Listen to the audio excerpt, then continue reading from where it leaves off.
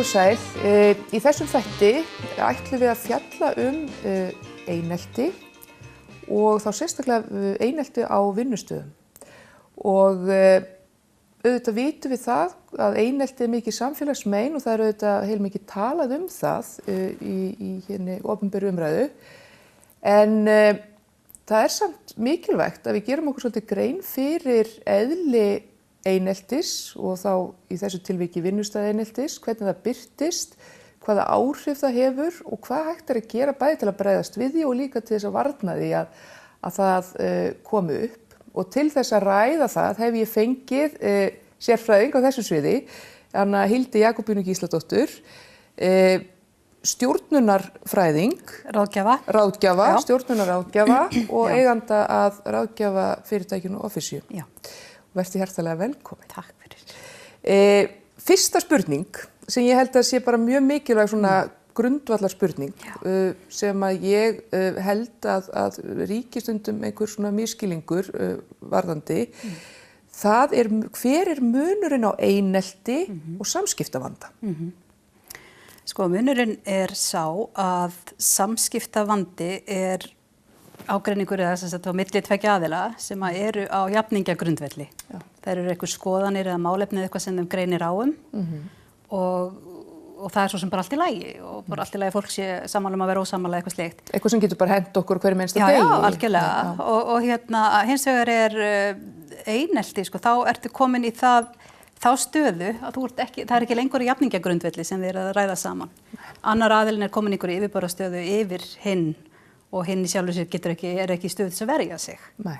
Þannig að það munurinn á þessu og svona aðalmunurinn náttúrulega það að einelti ofbeldi en ekki samskiptavandi. Það allt annað. Mér svolítið mikilvægt nefnilega að fara í gegnum þetta vegna þess að til þess að við getum farið að ræða sko einelti af einhverju fagmennsku og þannig að það komi samfélaginu að gagni að þá svo mikilvægt að þetta hugtak sé svolítið skilgreint vegna þess að það svolítið ofnotað af mínum mati sko. Og fólk svona talar það kannski svolítið svona á breiðum kunni og að því að eins og þú veist að segja, einelti náttúrulega ofbeldi sko og margir tala einelti svolítið svona á léttvægan máta oft bara eins og þetta sé bara eitthvað svona sem getur komið bara svona allt inn upp þennan daginn og svo ekki hinn sko. En hvernig sko, að því nú mikið tala einelti meðal barna og í grunnskólum. Hvernig getur einelti birst á vinnustað? Með margvíslegum hætti þá náttúrulega fer svolítið eftir hver að beita einelti, hvort það yfirmaður eða samstarfsfélagi eða undirmenn jafnvel. Og það síendurtekin hegðun, það þarf að vera þannig skilgreint að hegðun sem gerð til þess að niðurlægja fólk eða láta því líða illa, valda því vanlíðan og einhvern veginn grafa undir þeim með einhverjum hætti. En þessi hegðun skilgreind þannig að hún verði að vera síendurtekin til þess að geta flokkast sem einelti. Þannig að ef einhver gerir eitthvað á hlutmanns einu sinni þá það ekki einelti. Nei. Þó svo kannski viðkomandi geti sagt að hann að leggja með einelti. Það auðvitað alltaf túlkun bara hvers og eins. En eins og þú sagðir þá þetta gildishlaðið orð og það þarf að fara varlega með það. En það mjög mikilvægt þegar það á við að nota það rétt. Já, nákvæmlega. En það að ég hlustaði á þig, flytja fyrirlestur þetta efni og þar varst að tala líka munin á einelti og svo hópelti. Já. Hver munun á því? Einelti í sjálfu sér, hópelti bara önnur tegund af einelti. Og einelti kannski mest sem við höfum verið að tala síðastliðin ár. Það svona þegar einn á einn, sem sagt einhver einn sem lendir í einum aðila sem beinist gegn honum og engum öðrum. Hópelti hins vegar flóknara fyrirbæri og þar koma inn í bæði stjórnunarhættir, umhverfisþættir, félagsþættir jafnvel og stjórnunarhættir, ég var búin að segja það. Og jafnvel eru þá yfirmenn meðvitaðir að það sé að gerast og yfirleitt það þá fleiri að hópast gegn einum eða fleiri að fólk svona taka sig saman. Þannig að það munurinn á því og það hefur alltaf verið svolítið. Við höfum verið svolítið alltaf að leita einhverju blóraböggli til þess að finna einhvern veginn, setja stimpilinn á það var hann sem gerði þetta. Hópeltið meira bara að spá í umhverfisþætti og þætti sem við getum og þá mikilvægt þá í forvörnum að koma inn og reyna einhvern veginn að koma í veg fyrir að þessi þættir geti gerst. Þannig að þú meinar að það geti verið svona samverkandi margir þættir sem valda sem að það þá þess valdandi að það mun ekki vera nóg að taka einhvern einn út úr menginu til þess endilega að það lægist. Þá getur alveg haldið áfram. Algjörlega, já. Og þá í rauninni þarf bara að gera pínu vinnustæðagreiningu á og hvað hægt að bæta og laga til þess að þetta hætti. Já. Þetta náttúrulega mjög flókið og það stundum bara menning vinnustæða slæm eða það mikil pólitík eða einhverju eigin hagsmunir eitthvað slíkt sem að ríkir kannski þeim vinnustöðum sem að fara ekki eftir þeim reglum sem eru gerðar og stjórnunarhættir með einhverju svona óhefðbundnu sniði kannski. Já. Þannig að það þættir sem að koma þar inn í og já, það eiginlega stóri munurinn á þessu sko. Já. En svo var eitt sem ég tók eftir þegar ég var að hlusta á þig tala hérna í Akureyrarkirkju um þetta mál og sem að mér finnst mjög mikilvægt að þú varst að tala sko hvað það væri mikilvægt að svona vinnustaðir sko þróuð með sér ákveðna þróuð með sér heilbrigða menningu, vinnustaðmenningu og þar kom inn í til dæmis þetta með bara baktal og kjaftagangur og svoleiðis. Það eitthvað sem að til dæmis getur flokkast undir eða verið hluti af einelti.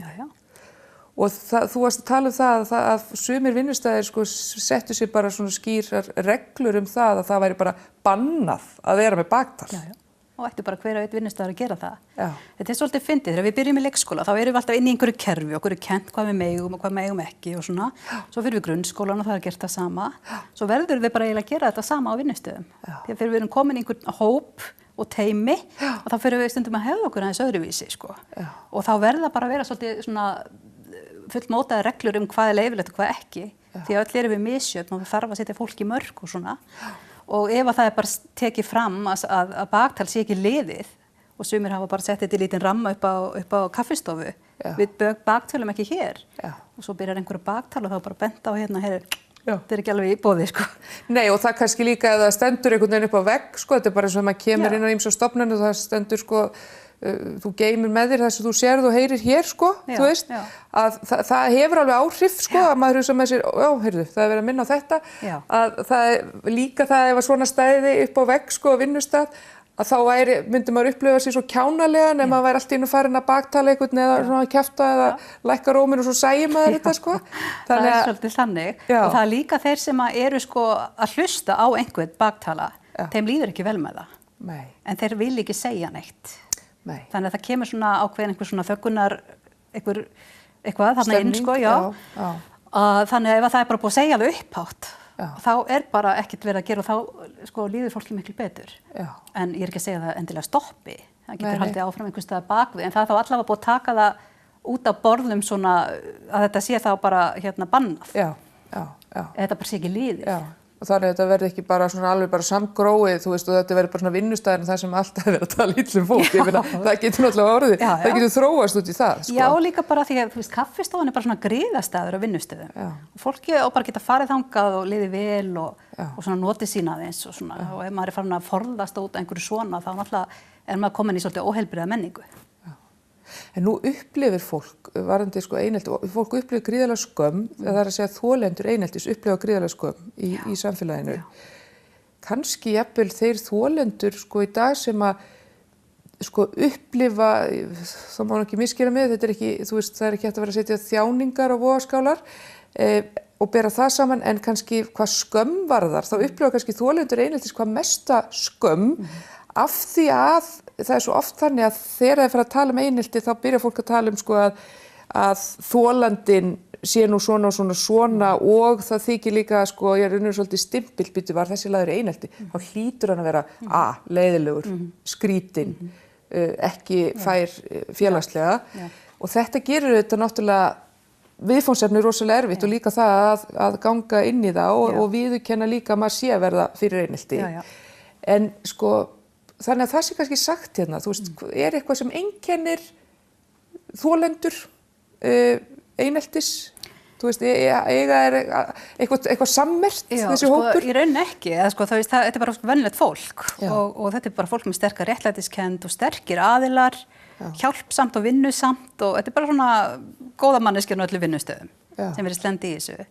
En þess vegna er svo mikilvægt að því að þú veist að tala um hann í byrjun með skömmina, að Það bara eins og ef maður lendir í ofbeldi og áður fyrir var nauðgun til dæmis, fólk var ekki að tala um að hafa lent í slíku, vegna þess að þá var einhvern veginn, hún bauð upp á það eða það var eitthvað í hennar farið eða hans sem einhvern veginn bauð upp á eitthvað slíkt, það var svolítið þessi umræða einu sinni, löngu farin sem betur fer, en þetta svolítið ennþá með þessi vinnustaðaeineltismál, þau eru ennþá tabú og það nákvæmlega eins og þú varst að segja að það er eitthvað í mínu fari eða hún hlýtur að vera erfið í samskiptum þessi og eitthvað svona sko, en það er ekki þannig. Nei.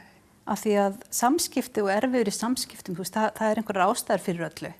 En þegar þetta orðið einelti og hópelti, þá er eitthvað þarna bakvið sem að útskýrir þessa hegðun. Og það er ekkert sem að þolandinn á að sitja uppi með. Því hann hefur ekkert gert af sér, ekki neitt. Og náttúrulega misbýður náttúrulega það að lenda í þessari aðstöðu. En þess vegna hefur fólk verið hrætt að tala um þetta líka. Og þannig að, þá er náttúrulega eins og vinnustað getur þess vegna þolandinn verið bara afburða hæf manneskja kannski sem að ögrar þá fólki með hæfileikum sínum og hæfni og samviskusemi eða getu eða er það ekki alveg eins? Stundum er það þannig og þá erum við sérstaklega kannski að tala um einelti, að það sé einhver einn sem að standa einhver ógn af þessari mannesku. Kannski sé verið að sækjast eftir sætinu hans eða eitthvað slíkt sko, eða öfugt. En í þessu hópeltis hugtaki þá er þetta aðeins öðruvísi. Þetta er meira samspil ýmissa þátta sem er að leiða til þess að þetta gerist. Og það er náttúrulega bara því það er ekki verið að stöðva óæskilega hegðun af. Hún er meðtekin, hún er viðurkennd innan kannski vinnustaðarins. Og þetta er náttúrulega stjórnendavandamál. Þetta er stjórnendavandamál. Hvernig, sko þess að gefa fólki svolítið svona raunmynd af því, hvernig svona einelti getur birst á vinnustað? Að því sumir segja sko, hvað bara, maður má ekki gera neitt, þá er það bara einelti, maður má ekki stríða þess og eitthvað svona. Geturðu gefið fólki aðeins svona mynd af því hvernig, sko, hvenar viðvörunarbjöllurnar ætti að byrja að hringja, sko, hjá fólki, varðandi að nú er þetta komið út yfir eðlileg mörk, sko, hvernig getur það birst? Hverja geta svona verið birtingamyndirnar? Sko, í rauninni finnur það sjálf. Maður finnur það sjálfur vegna þess að þegar þú ert farin að, sko þegar samskipti eru þú ert að ósammála einhverjum, þá ertu bara ósammála og þú bara ferð heim og ert ósammála manninum og þetta skiptir engu máli. Þegar þetta er orðið einelti og ofbeldi, þá ertu farið að hafa þannig áhrif á þig því þú ert byrjað að skjálfa, þú getur ekki sofið, kvíður að fara í vinnuna, ýmislegt, hjartsláttartruflanir, þetta er orðið svona ofboðsleg líkamleg og andleg vanlíðan. Og þegar þú ert farin að finna fyrir því, þú ert farin að finna fyrir út að verða paranoid í vinnunni, það er allir einhvern veginn gegn þér og eitthvað, þá er eitthvað að gerast. Og auðvitað er fólk samt svolítið lengi ofta að fatta þetta, þetta sé að gerast.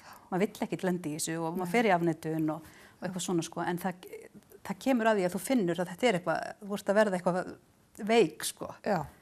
Þannig séð. Og þá fer það náttúrulega að líta allt þitt líf og einkalíf og samskipti við maka og þú veist þetta fer að vera eitthvað svona bara víðtækt í lífinu. Já, fer að verða bara svona, þetta er bara ákveðið áfall í rauninni. Þú bara fer að fá svona einhver áfallega einkenni. Og þá er náttúrulega eitthvað óeðlilegt í gangi, sko. En hvernig á að bregðast við þar að segja, hvað ef einhver sem er að horfa á þennan þátt upplifir að þetta, þú veist, hvað getur hann gert? Hann getur leitað. Þú meina það inn á vinnustaðnum eða bara fyrir sjálfan sig? Já, eða hvað myndir þú ráðleggja ef einhver sem var að horfa á þáttu sem með sér býtu ég bara, þú veist, mér líður svona á mínu vinnustað og mér líður að ég sé eins og ég sé lögð einelti eða einelti. Þú veist, hvað bara til þess að breyta, þú veist, bara til þess að gera eitthvað í sínum málum, hvað getur hann gert? Sko, það er auðvitað mjög misjafnt og það er sko sumir leita til mannauðsráðgjafa eða til yfirmanns síns ef hann er ekki gerandinn þar að segja. Ef hann er gerandinn yfirmaður þá er næsta yfirmanns. Allavega til þess að tala um þetta að þér líði illa og það er eitthvað að vera. Ég er ekki endilega að tala um að maður sé að kæra einelti strax. Það er bara að byrja að opna á þetta að það er vanlíðan út af einhverju og athuga svona hvernig tekið á því. En það er mjög misjafnt hvernig tekið á því á vinnustöðum reyndar. Og þannig að viðkomandi verður svolítið kannski að lesa sinn vinnustað en það verður mjög gott fyrir hann líka að fara og fá sérfræða ráðgjöf einhvers staðar, annarkvort til sálfræðings eða einhvers annars til þess að fá bara staðfestingu á því að speglun á að líðan hann sé einmitt að hann sé allt í lagi með hann sé að reagera á eitthvað sem er ekki alveg eðlilegt og svona til þess að bara átta sig á því af því það er svo mikilvægt að fá fræðslu fyrir fólk sem lendir í þessu og fræðslu þess efnis að það hafi ekki gert neitt sjálft því að það er í því niðurrifi. Það hlýtur að vera eitthvað í mínu fari sem að veldur því að... Og sérstaklega í hópeldinu því það er alveg svona margir á vinnustaðnum konur gegn þér sko. þá ferðu virkilega að efast sko eigið þágeti sem bara eða mannlegt sért að missa vitið eða eitthvað svoleiðis. Algjörlega, fer að vera paranoid og eitthvað. En þetta er mjög eðlilegt. Þetta er eðlilegar og heilbrigðar tilfinningar við óheilbrigðu ástandi. Og það er svo mikilvægt að fólk upplifi það að þetta er ekki þeim að kenna. Að þau bera enga ábyrgð á þessu.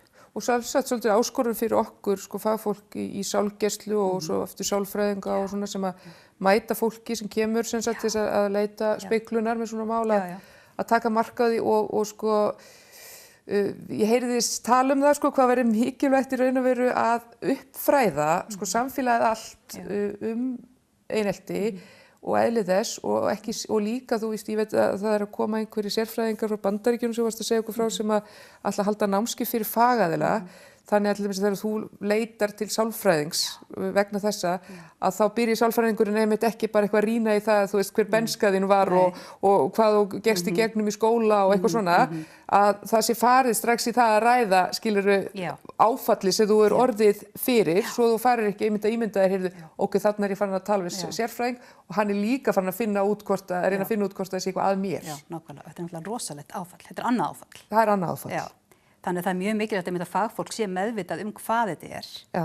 Þetta er, ég meina, fagfólk veit alveg hvað einelti er og þetta, en bara það að það sé þessi áfalla, sko, einkenni sem að koma í kjölfar, að þau séu, sko, tekin og unni með þau. Já.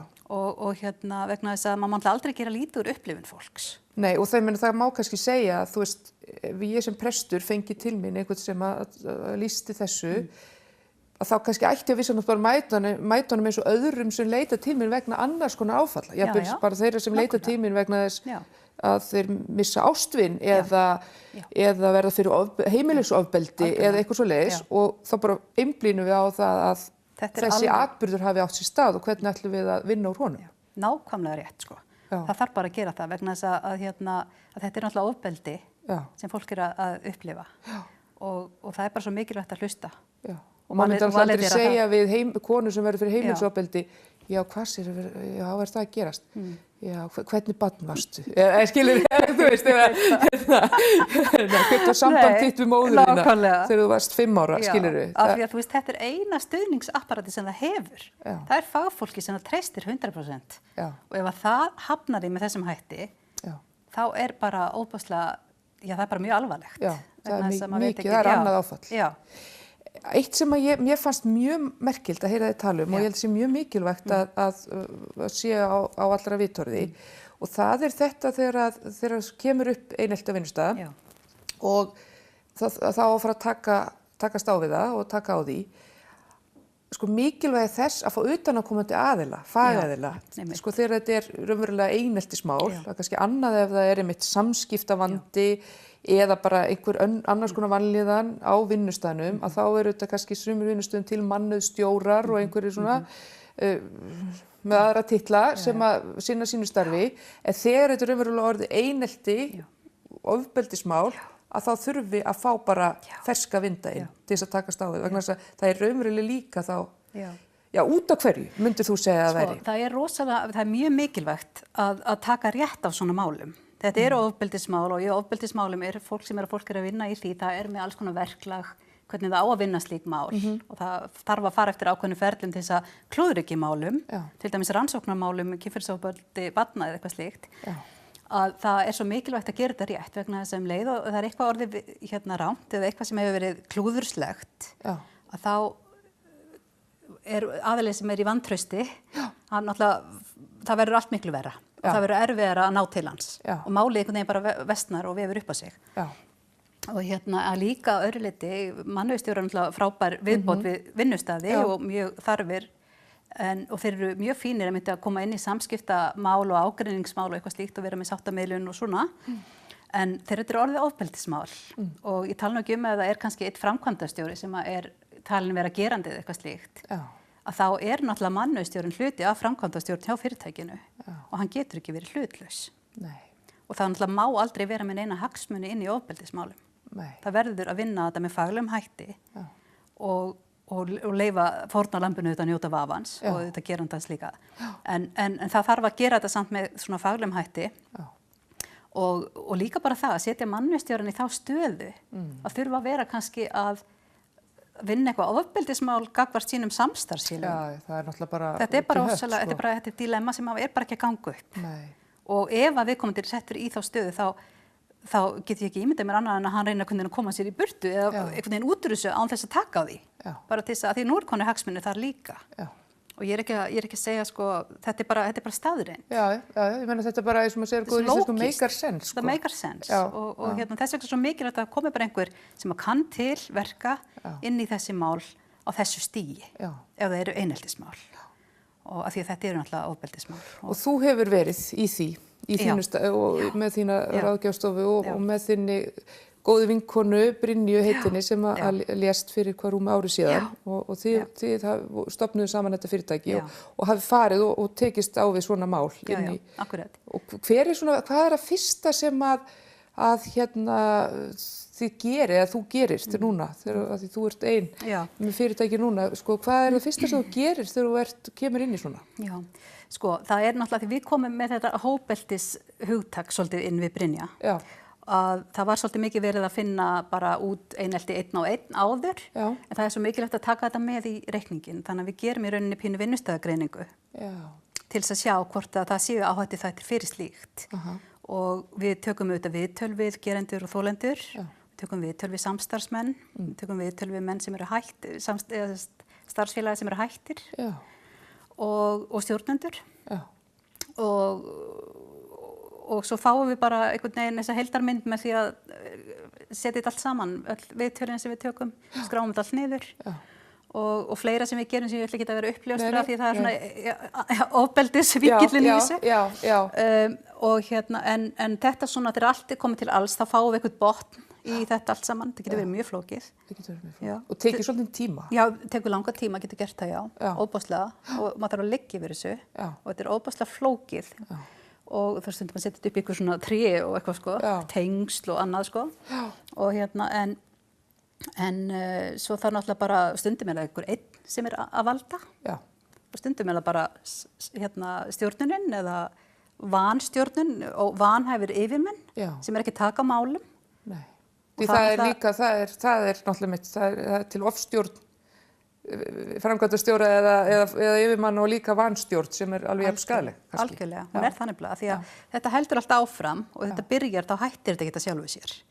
Ef þeir stöðvit ekki, þá náttúrulega verður þetta alltaf verra. Þannig að þetta ábyrg allra stjórnenda, ábyrgð þeirra að stöðva af og móta hegðun og taka inn í og allt svoleiðis á vinnustöðum. Þannig að við gerum hérna smá svona greiningu bara og svo bara fáum við eitthvað út úr því hvað við teljum að hafi gerst og út frá náttúrulega reglugerðinu einelti og hvort þetta sé síendurtekið og eitthvað slíkt. Og þetta er náttúrulega mikið huglegt mat líka. Og þar kemur kannski bara inn svona reynslamanns í félagsþjónustumálum og málum tengd ofbeldi þar. En hefur þetta, hvað maður að segja, sko, hefur þetta bara tekist nokkuð vel svona í flestu tilvikum að svo vinna sem þú er unnið þegar þú ert að fara inn á þessa vinnustæði, þú veist, hefur þú séð árangur með starfiðinu? Já, ég hef alltaf séð árangur. Alltaf séð árangur, já. Og það er ekki alltaf kannski, ég er ekki alltaf kannski að tala bara um eineltismál, en heldur hef ég líka verið í sáttameðlun og við höfum komið inn á vinnustæði eftir að svona hefur komið upp og einhver fór og þá er bara sár í hópnum, þannig að það þarf líka að vinna svolítið með hópinn og það þarf að efla hann svolítið og efla einhvern veginn liðseildin upp á nýju af því þetta hefur áhrif á alla og það hefur bara tekist mjög vel og þá hefur við tekið einmitt svolítið á stjórnunarþáttunum líka hvað verður hægt að breyta og laga og svona þannig að það hefur bara tekist mjög vel. Þetta sko, þú ert í raun og veru koma stundum eins og hingað á norður og bjóða upp á tíma eða í ráðgjöf og svoleiðis varðandi þetta, er það ekki? Jú. Hvernig hefur það hagað því? Sko, það var eiginlega bara stefna okkar að ég hef sjálf unnið út á landi og þurft á þjónustu að halda og hún hefur alltaf verið svo dýr, maður hefur verið þurft að kaupa fólk að og svona og það hefur kannski hamlað stundum einhvern stöðum, það er náttúrulega mjög leiðilegt, en auðvitað er það dýrt og þá ákveðum við eiginlega bara að stefna á Fisjum væri það að koma til móts við landsbyggðina og borga sjálfkostnað hingað og bjóða upp á ráðgjöf í 1 eða 2 daga. eða viðtal eða úttektir eða hvað það er. Og þú bara auglýst það í dagskráni þegar þú ert á leiðning að þú sérst að bjóða upp á þessi tíma? Já, við reynum bara að auglýsa það og bjóða þá bara upp á sér þjónustu í einhverja daga. Svona pop-up skrifstofa. Já, nákvæmlega, já. Og þannig að það er bara, það er ekki rétt nýbyrjað í rauninni samt, sko. En við erum eftir að fara í Ísafjörð og... Ertu með heimasíðu eða eitthvað? Já. Er það bara officeum.is? .is. Þannig að fólk getur leitað upplýsingar þar og svona? Já, algjörlega. Heyrðu, það er magnað. Takk hérlega fyrir að hafa það gott jól og áramót og nýja ári. Og við kveðjum héðan í dag og sjáumst aftur næstu viku. Bless.